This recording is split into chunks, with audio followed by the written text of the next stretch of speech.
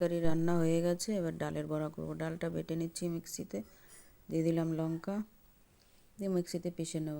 দিয়ে দিলাম একটু ধনেপাতা, একটু কালো জিরে, দিয়ে দেবো সামান্য লবণ, একটু হলুদ। নিরামিষ রান্না তো ছোলার ডালের বড়া করছি। দিয়ে দিচ্ছি কালো জিরে। ডালটা ভালো করে মেখে নেব।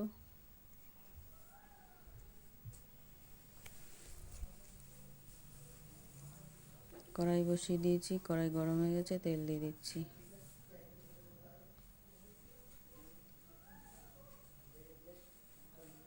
তেল গরম হয়ে গেছে, এবার একে একে ডালের বড়াগুলো দিয়ে দেবো।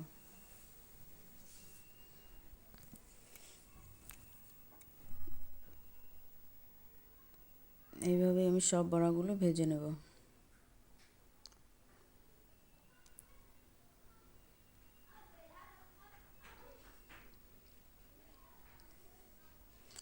একটু লাল লাল করে ভাজবো বড়াগুলো।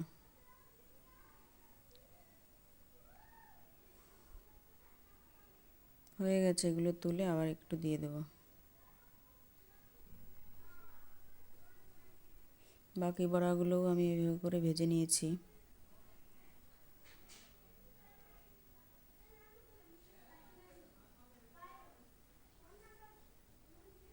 হয়ে গেছে ছোলার ডালের বড়া।